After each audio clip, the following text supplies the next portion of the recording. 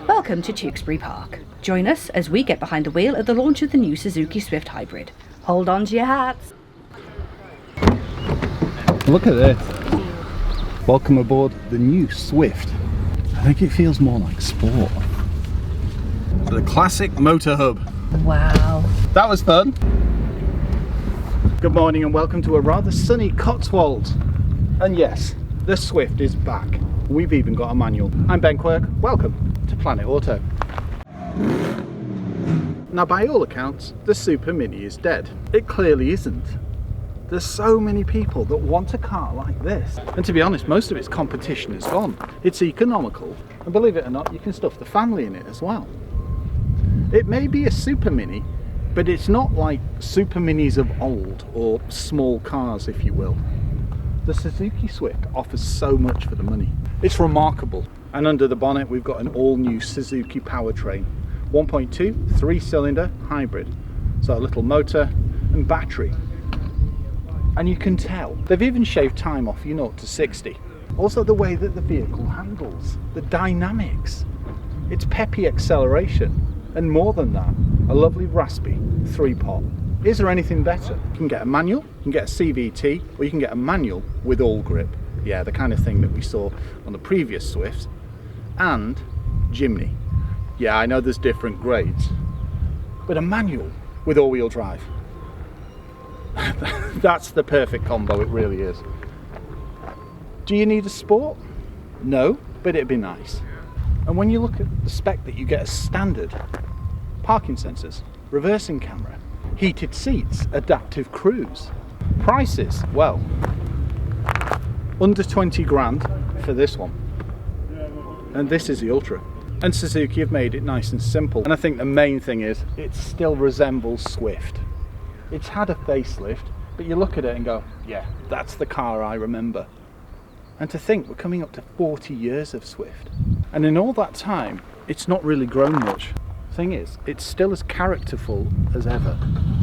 And it's just far more advanced than the first one. The interesting thing about Suzuki is they listen to feedback to a whole new level.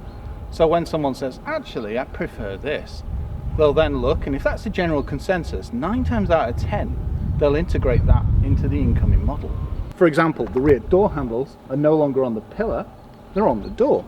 A lot of today's new cars, owners want functionality and practicality, and they want things to be, well, plain as day. So in a word, this is Swift, but better. Slick looks, and the two-tone's always going to float my boat. Ours is in cool yellow with a mineral grey roof. And if this colour doesn't resonate with you, the world's your lobster. Just look at the palette. Sporty alloy wheels, decent profile tyre, not too low that it makes it comfortable on A roads and B roads. And some of the B roads we've driven on to get here, yeah, it does a damn good job.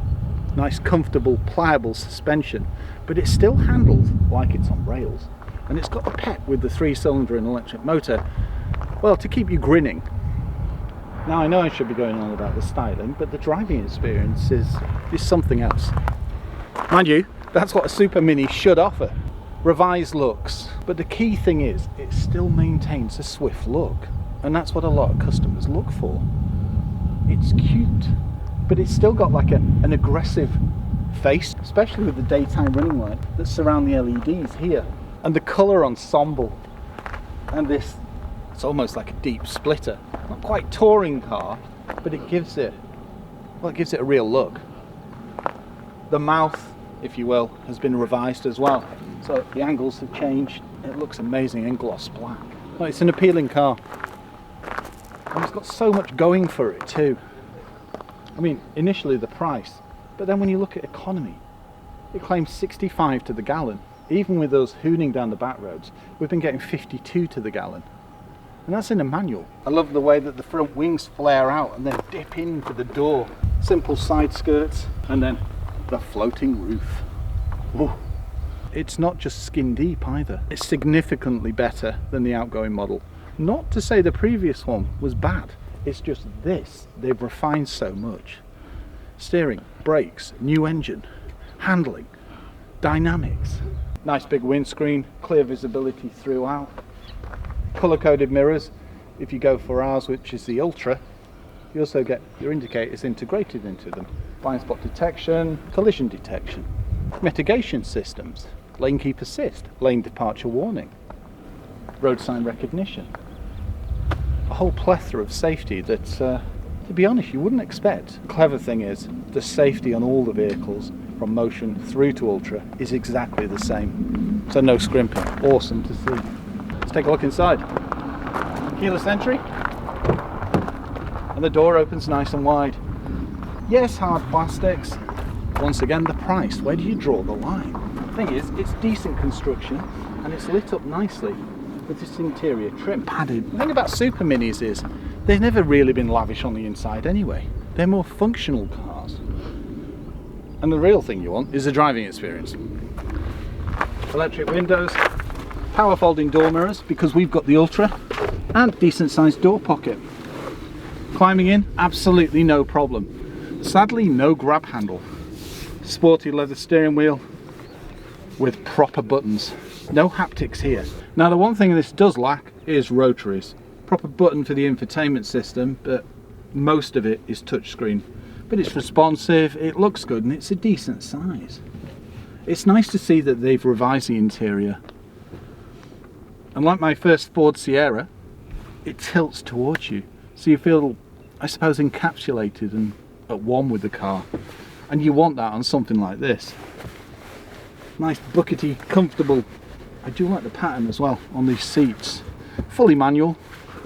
And yeah, it's nice to see a fabric interior. Nice light headliner. Engine start stop button on all trims. You can disable some of your safety here for, well, probably off-roading if you've got the all grip. Everything's just straightforward. Analog clocks, nice and easy to read. That's pretty solid. That's it. Superminis aren't going to be made to the level of, I don't know, Q4, BMW 5 Series. But for what they are, they're pretty damn substantial. Lovely 5-speed manual. For once, I don't have to go through how an automatic works. It's just old school, and it feels such a great drive. Cup holders, storage points, toggle switches, proper buttons, and even vents like this that are easy to clean. You will find hard plastics, but you'll also find, well, lighter bits of trim here that just spark up the interior. It's very well thought out. 12 volt USBs, well, like USB-Cs too. Old school handbrake and heated seats. As Ben mentioned, it's fully kitted out, and he's only touched on a few of the features. For example, the infotainment system comes with Apple CarPlay, Android Auto and 6 speakers. You also get automatic LEDs with high beam assist, automatic air conditioning, a colour LCD info display, rear cross traffic alert, and rather importantly, reach and rake in the steering wheel. And don't forget the warranty. 3 years standard that extends to 7 with Suzuki's service activated warranty. To find out more and to get some great deals, visit cars.suzuki.co.uk. No, it's impressive. It's comfortable and it's 6'3". What's that? About 2 inches of headroom? Couldn't ask for more. And I can adjust my seatbelt. It feels cool. Take a look in the back. If you like this type of video, why not subscribe to the channel? You just hit the button on the right hand side. It's free and you'll get an alert every time we upload. Also, if you do like the video, why not give it a like? It all helps and it means we can get more cars. Thank you. A lovely silhouette from the side. Just look at the polished alloys. You could go for painted. Discs all round with the front being vented. I do love this floating roof as well. Mineral grey. What a colour combo. Let's take a look in the rear. The door opens nice and wide, and also the doors feel substantial but they're not too heavy, so that's perfect. Climbing in, well, let's see.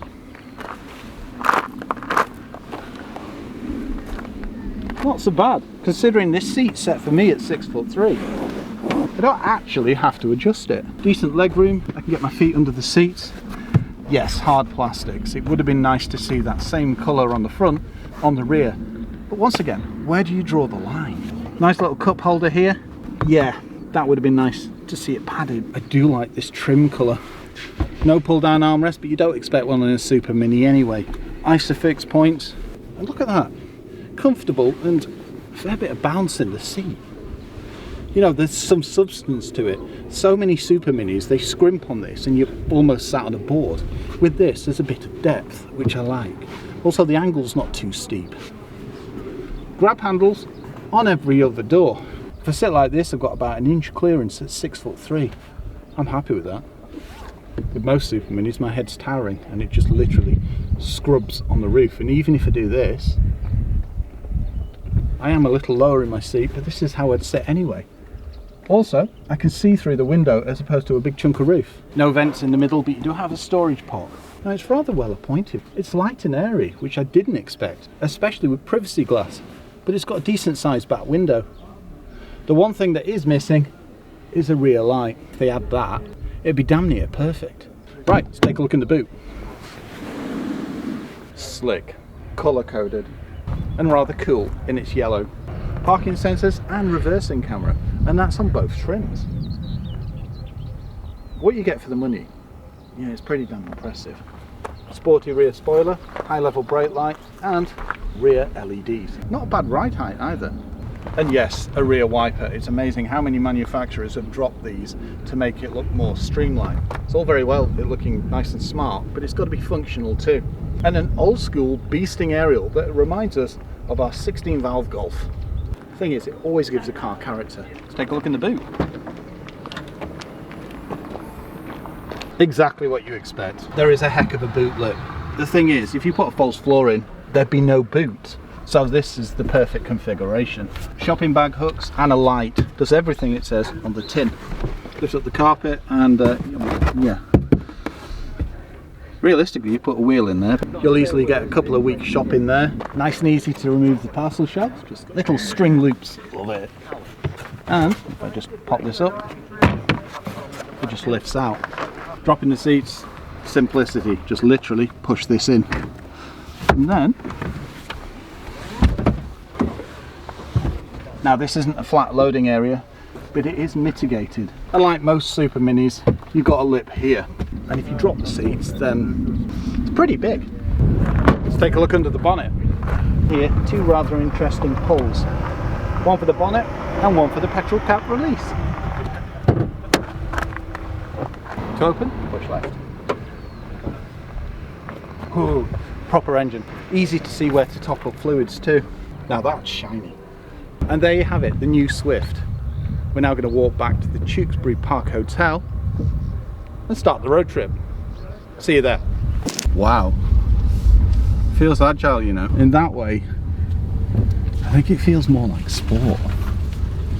Welcome aboard the new Swift. And this is hybrid. On the outside, it pretty much retains the look of Swift, which is, it's a really good idea. And the Chazard's 325i E30. Lovely. It's a beautiful car, isn't it? It is. This. Oh wow, it's clear.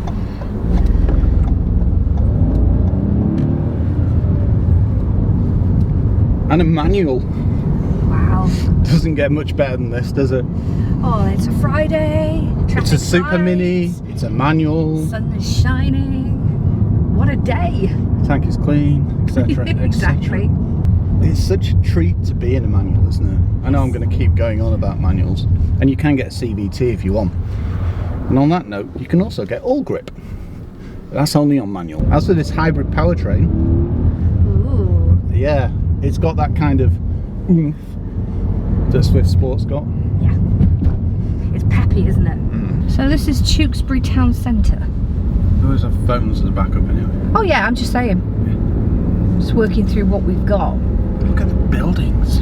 Yeah. Character. Well, that's it. When we first travelled through it yesterday, we felt it reminded us of Stratford, didn't we? Yeah. That burble. So now we've got this 3-cylinder 1.2. I'm just concentrating on the drive. Exactly, and you're really enjoying it, aren't you? Oh, I do like a 3-pot. You always have, haven't you? There's something about them. They're like growly, aren't they? Yes, it does have a rasp to it, I would have said. Okay. Yeah, it seems to have acquired Swift qualities. The ride, you can't feel everything per se, but you've got a really good feeling of the road. So, you know, Nice responsive steering. We'll have a proper play with that on the back road bit. First impressions.